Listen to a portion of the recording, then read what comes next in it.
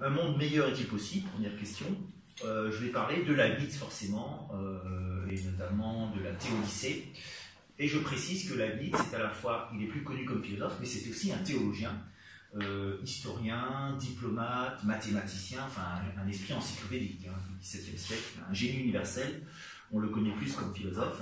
Là, je vais plus m'appuyer sur son aspect théologique et laisser de côté son côté scientifique et purement philosophique, et m'intéresser surtout à la théodicée et à cette fameuse phrase, qui sera ma citation de départ, qui a souvent été mal comprise, notamment, ou soi-disant mal comprise, par Voltaire. Je pense que Voltaire a été plutôt malhonnête, il voulait casser du chrétien, et il a visé au plus haut niveau, puisque la Leibniz, c'est pour moi le meilleur, enfin, le meilleur du christianisme, le christianisme le plus intelligent de son temps, en tout cas. Tout est pour le mieux dans le meilleur des mondes possibles, phrase célèbre de Leibniz dans les essais de théodicée. Et je précise d'ailleurs, déjà je vais expliquer cette phrase, ça sera mon point de départ, pour ensuite parler d'un monde meilleur est-il possible. Mon préambule sera de dire qu'effectivement, quand on regarde les infos, il suffit d'allumer la télé, on voit que des malheurs, le terrorisme, la surchauffe, le réchauffement climatique, la crise économique, les licenciements, le capitalisme sauvage qui fait ses ravages, etc. Donc, les maladies, les réfugiés, les migrants, comme on dit, etc. La liste serait longue, on ne va pas s'amuser à faire une liste de tous les malheurs du monde. On peut résumer en disant les 4 cavaliers d'Apocalypse sont toujours à l'œuvre. On attend désespérément un mieux, un salut. Beaucoup n'y croient plus, mais le pessimisme est quand même assez répandu aujourd'hui. Et cette phrase peut sembler une provocation aujourd'hui. Tout est pour le mieux dans le meilleur des mondes possibles. On oublie souvent que Leibniz dit le meilleur des mondes possibles. C'est mon point de départ. C'est pas tout est pour le mieux dans le meilleur des mondes. Ce n'est pas un optimisme béat. On parle d'un optimisme, effectivement, on peut dire que Leibniz est optimiste quand même, mais ce n'est pas un optimisme stupide, béat. Ce qu'a essayé de faire croire Voltaire dans son Candide, un livre très bien écrit, ceci dit, Voltaire est un très grand écrivain. Je pense qu'il est malhonnête parce qu'il a voulu faire passer Leibniz pour ce qu'il n'était pas. C'est-à-dire pour un optimiste béat. Alors, il y aura une caricature bien sûr le Candide de Voltaire, c'est assez conscient. N'oublions pas que ce livre a été écrit en 1750, juste après le tremblement de terre, le séisme terrible de Lisbonne, qui a fait plusieurs centaines de milliers de morts. Pour l'époque, c'était carrément une horreur. Je crois que c'est plus d'un dixième de Lisbonne de gens qui sont morts. C'est énorme. Et donc, après cet événement, beaucoup de chrétiens, enfin beaucoup de philosophes ne peuvent plus croire dans un Dieu juste et bon, qui veut le meilleur des mondes possible, comme le dit très bien Leibniz. Dans ce livre, vous l'avez tous lu, entendu parler, c'est le programme toujours dans les lycées, Voltaire décrit tous les malheurs du monde et il fait intervenir un pseudo-philosophe qui s'appelle Pangloss, le porte-parole de Leibniz. Il le tourne en dérision avec le fameux Candide, ça reste une expression, le Candide, on a toujours un Candide dans une réunion, je ne sais pas qui sera le Candide ce soir parmi nous, sur ce rôle dans les émissions à l'époque. Le Candide, oui, c'est le prénom de ce capitaine allemand qui est grand romantique, qui est pétri de philosophie leibnizienne, il lui arrive plein de malheurs, et à un moment donné, il commence quand même à douter que ce philosophe de chevet, Pangloss, a raison. Bon, je ne reviens pas sur Voltaire, mais Voltaire a voulu attaquer, intelligemment d'ailleurs, il est intelligent Voltaire, comme il était résolument anti-chrétien, anticlérical, il voulait attaquer le christianisme à son niveau le plus élevé, c'est-à-dire Leibniz. Ça ne sert à rien d'attaquer les curés de campagne qui vont parfois dire des bêtises, effectivement, c'est trop facile. Donc il a eu cette intelligence d'attaquer le christianisme à son plus haut niveau. Manque de chance, c'est que je pense qu'il est assez intelligent. Je ne sais pas qu'il n'a pas compris Leibniz, mais il a fait semblant de le comprendre. Il a été malhonnête. Bon. Il a voulu faire croire que Leibniz était dans un optimisme béat. Et d'ailleurs, il me semble que quand il fait parler Pangloss dit tout est pour le mieux dans le meilleur des mondes et il omet volontairement possible. C'est malhonnête. Parce que ça change tout. Ça change tout. De dire que c'est le meilleur des mondes possible. Leibniz n'est pas stupide. Il constate qu'il y a du mal. Il y en a toujours eu. D'ailleurs, Leibniz, ça se mérite de distinguer 3 types de mots. Ça, c'est très intéressant. Je trouve. Je vais rappeler quand même cette distinction. Le mal physique, c'est la souffrance. Le mal métaphysique, c'est notre limite d'être humain. C'est-à-dire c'est le vieillissement, la mort. Le fait de ne pas être parfait, qu'il y ait des maladies, etc. le mal physique et le mal métaphysique, on ne peut rien y faire, il existera toujours, ça fait partie de la nature des choses. Et le mal moral, c'est le seul mal qu'on peut résoudre d'après la Bible. C'est là où il est optimiste, il pense qu'un jour on pourra avoir une société, enfin, c'est possible qu'il y ait une société où il n'y ait plus de mal moral, où les hommes ne sont plus méchants, les hommes ne se font plus du mal. On peut toujours rêver, on peut y croire, c'est pas absurde d'y croire. C'est pas de l'utopie. L'utopie, c'est de croire qu'on aura un moment où il n'y a plus de souffrance, où on ne meurt plus. D'ailleurs, les transhumanistes sont dans cette utopie, puisqu'ils croient dans un monde où on n'aura plus besoin de mourir, où il n'y aura plus de maladie, etc. Là, on est dans l'utopie. Leibniz n'est pas un penseur de l'utopie. C'est un penseur réel, qui a la tête sur les épaules, grand intellectuel. Mais pour Leibniz, en fait, tout est lié à la liberté. Pourquoi il y a le mal? C'est parce que Dieu a préféré la liberté de l'homme à une pseudo-perfection. Il aurait pu nous créer comme des robots, pas eu de souci. Mais ça n'aurait eu aucun intérêt. Il reprend une grande thèse célèbre du christianisme, sur l'idée du libre arbitre, qui donne à l'homme la possibilité du mal. Alors pourquoi cette possibilité s'est réalisée? La liste n'y répond pas, ça c'est le grand mystère. Pourquoi ce qui est possible arrive? Puisque ce n'est pas nécessaire. Leibniz, contrairement, et c'est là qu'il y aura une polémique, il sera en polémique quand même avec Spinoza, qu'il connaissait, il y a une correspondance avec Spinoza. Spinoza, lui, est déterministe. Spinoza dira le mal, de toute façon, est nécessaire. Leibniz, c'est plus subtil d'une certaine manière, c'est plus complexe. Le mal n'est pas forcément nécessaire, mais il est possible. Et ce monde-là, malgré son imperfection, pour Leibniz, c'est quand même discutable, bien sûr, je ne dis pas qu'il a forcément raison, c'est le meilleur des mondes possibles, puisque Dieu a, en tant que mathématicien, le plus grand des mathématiciens, non pas qu'il est mathématicien, inventeur de la théorie des probabilités, du calcul différentiel, il va effectivement considérer que Dieu va évaluer toutes les possibilités d'un monde. Le meilleur des mondes possibles, c'est un monde qui comporte le mal. Un mal en quelque sorte nécessaire pour que ce monde puisse progresser.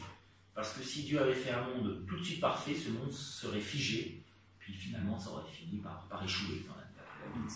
Donc c'est un monde qui est imparfait, effectivement, qui est en devenir. Donc Dieu est patient.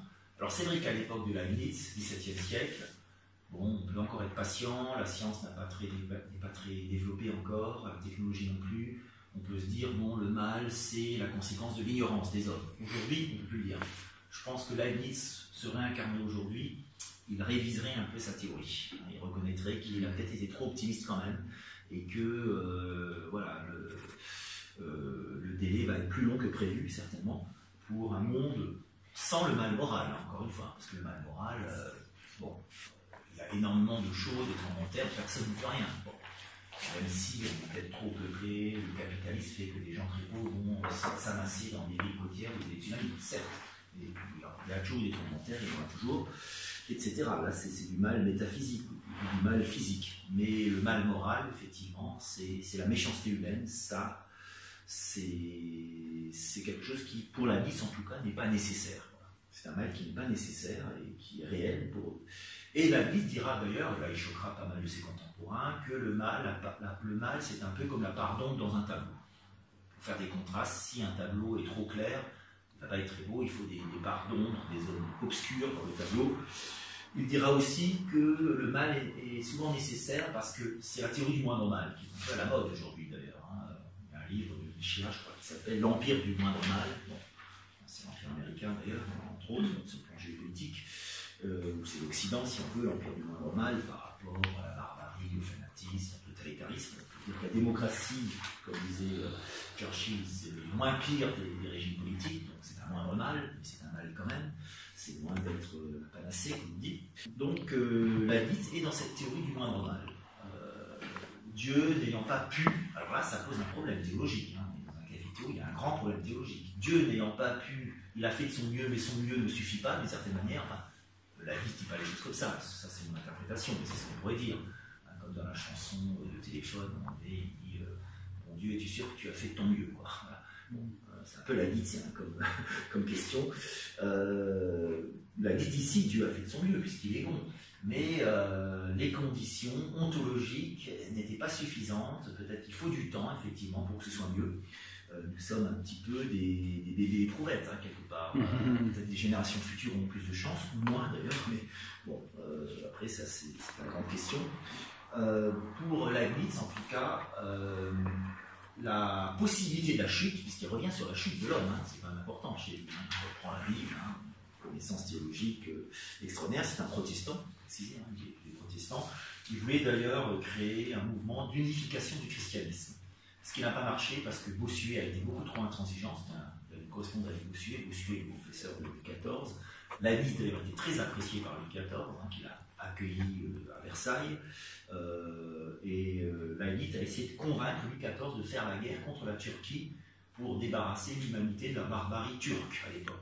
Quoi, mais c'est un peu l'actualité aussi, hein, bon, on peut dire là, il a un côté peut-être un peu, certains diront, bon, pour lui c'était l'empire du mal, hein, la Turquie de l'époque, hein, du XVIe siècle. Hein, donc, et Louis XIV a refusé, peut-être avec sagesse. Hein, là, Louis XIV a été plus sage que la liste, parce qu'il aurait mis le feu au poule, il aurait créé des Daesh 3 siècles avant.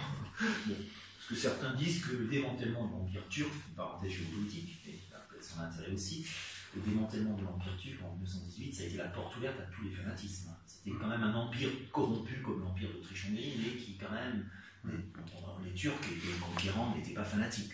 C'était quand même bon, un régime viable d'une certaine manière, corrompu certes, comme la plupart des grands empires, mais bon, là ça m'a surpris effectivement qu'il parlait de barbarie turque à l'époque, alors que bon, c'était une guerre de religion, hein, entre les musulmans et les chrétiens, et il n'y avait pas le bien d'un côté et le mal de l'autre. Là, il était un peu manichéen, je pense. Bon.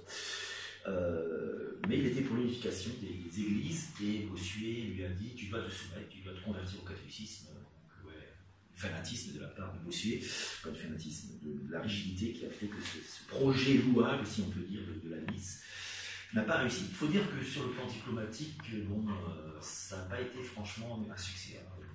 D'ailleurs, on dit souvent les philosophes, déjà Platon à l'époque voulait faire de la politique, ça leur réussit pas trop aux philosophes, hein, politique, ou aux scientifiques d'ailleurs, puisqu'il est à la fois mathématicien et philosophe. Donc je referme cette parenthèse. Donc la chute, je reviens à la chute, l'idée de la chute, puisque c'est l'origine du mal, hein, le péché originel, Adam et Ève qui désobéissent à Dieu. Donc il revient, il fait toute une analyse d'ailleurs dans les essais de Théodicée sur ce passage, en disant bah oui, effectivement, c'est la liberté de choix de l'homme qui va entraîner le mal, mais ça veut dire que la possibilité du mal est là. Et la Bible ira très loin, il dira que finalement Dieu a créé un monde où la possibilité du mal existe. Le bien futur est lié à la possibilité du mal actuel. Parce que s'il avait créé un monde sans la possibilité du mal, ça aurait été un monde figé, qui aurait fini par tourner en rond, on aurait fini par s'ennuyer, puis finalement peut-être par se suicider, par s'auto-immoler, enfin quelque chose comme ça. Comme dans des sociétés nordiques où on s'ennuie et on se suicide le plus. Hein, c'est dans des pays nordiques où on se suicide le plus. Bon, il y a aussi des raisons climatiques. Hein, mais effectivement, quand les choses vont trop bien, on s'ennuie et ça ne va pas forcément nous rendre heureux. C'est un peu l'idée de l'Église qu'il faut, si on n'a jamais connu la maladie, on ne saura pas ce qu'est la santé. C'est un peu vrai. Si on n'a pas connu la faim, on ne pourra jamais apprécier un bon repas. Par exemple, les gens qui sont trop gâtés, les enfants gâtés, ben, ils n'apprécient plus rien. Ils s'ennuient et ils dépriment souvent. Là, il n'a pas tort, psychologiquement. Et donc, pour Leibniz, la possibilité de la chute, ce n'était pas une nécessité, contrairement à d'autres philosophes comme Hegel, Spinoza, qui diront, bah oui, ou même Kant, qui dira, bah, il était nécessaire que Adam et Ève croquent dans la pomme des obélisques pour devenir pleinement humain. Leibniz n'est pas d'accord avec ça. Lui, il pense qu'il y avait une possibilité, qu'il n'y ait pas de chute, mais il fallait un monde où la possibilité du mal existe. Le meilleur des mondes possibles, c'est un monde qui a une possibilité du mal. Vous voyez ce que je veux dire ? Sinon, c'est l'utopie, ça ne marchera pas. Alors, c'est assez audacieux, et finalement, les théologiens un peu perspicaces vont remarquer que Leibniz il est obligé de nier quelque part le dogme de la toute-puissance divine. Il ne le dit pas, hein, bien sûr, parce qu'il risque, enfin, en Allemagne, il ne risque pas trop, hein, c'est protestant, c'est beaucoup plus ouvert qu'en France. Leibniz aurait tenu ses propos en France, il aurait eu des problèmes. Hein. Descartes en a eu d'ailleurs, au XVIIe siècle.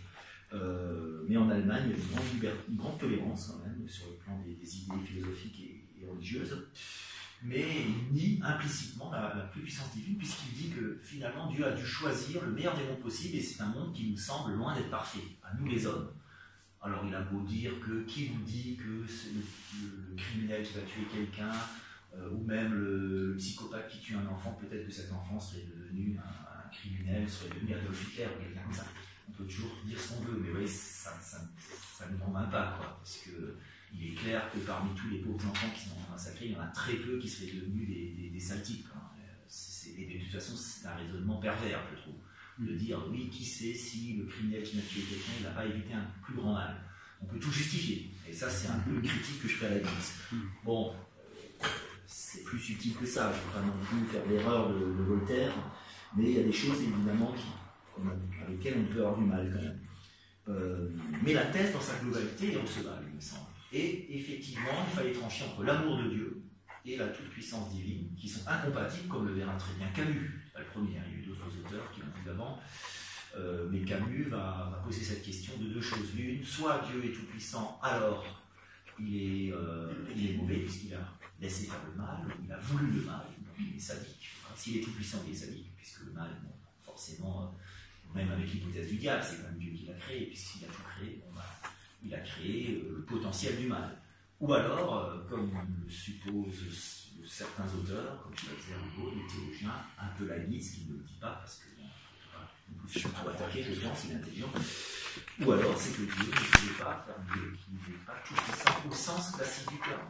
C'est ce que dira, parce qu'on est dans le Capriccio, un théologien très intéressant, qui est aussi un philosophe, qui s'appelle, je vais retrouver son nom, il a écrit le concept de Dieu après Auschwitz, voilà, Jonas, Hans Jonas, merci. Hans Jonas, qui est aussi un des fervents de l'écologie, d'ailleurs. Et dans le concept de Dieu après Auschwitz, Hans Jonas, il est assez laïcien d'une certaine manière, il dira qu'il faut trancher que la toute-puissance n'a aucun sens. Bien sûr, Dieu est puissant, bon, la création en tant que créateur de l'univers, c'est une puissance cosmique incroyable. Mais en tant que destin, en quelque sorte pour les hommes, en tant que Dieu personnel, Dieu des religions, eh bien, il est soumis en quelque sorte à son propre principe de respecter la liberté des hommes, de ses créatures, et donc il ne fait pas ce qu'il veut, donc il n'est pas tout puissant au sens. Ça n'a aucun sens, quoi. D'ailleurs, il reprend la théorie du Tzu, Jonas, parce que c'est un grand spécialiste de la Kabbale aussi. Il a écrit un très très bon livre sur la Kabbale juive, que j'ai lu aussi. Vous voyez pourquoi c'est un esprit assez encyclopédique aussi pour l'époque, écologie, théologie, philosophie. Un peu à l'image de Leibniz, bon, pas aussi vaste que Leibniz, puisque c'est quand même un mathématicien, mais avec une vraie culture aussi scientifique chez Jonas. Pour un Jonas, donc, la toute-puissance n'a pas de sens. C'est un concept, c'est comme un cercle carré, c'est une absurdité. Il y a de la puissance, mais la toute-puissance, la puissance, elle n'a pas de limite par excellence. Le possible n'a pas de limite, il y a toujours d'autres possibles. Et donc, pour Hans Jonas va trancher en faveur de l'amour, avec l'idée du Tzu, Dieu s'est rétracté, s'est fait plus petit, a limité sa propre puissance pour laisser l'homme apparaître, créature apparaître. C'est une rétractation divine. Thèse intéressante. Leibniz n'en parle pas, mais il n'en est pas loin dans ses intuitions. Je pense qu'il connaissait beaucoup de choses, mais il ne connaissait pas forcément la Kabbale juive, il n'était pas forcément très très connu encore à ce moment-là. Il existait déjà, bien sûr, mais c'était quand même une tradition orale assez secrète. En tout cas, à ma connaissance, Leibniz n'en parle pas. On en parle peut-être, mais je n'ai pas lu de texte qui évoque la Kabbale juive. Il est quand même dans une culture très chrétienne, scientifique aussi, philosophique et théologiquement très, très chrétienne. Donc, le meilleur des mondes possible, c'est cette grande thèse que j'ai un petit peu expliquée, c'est avec la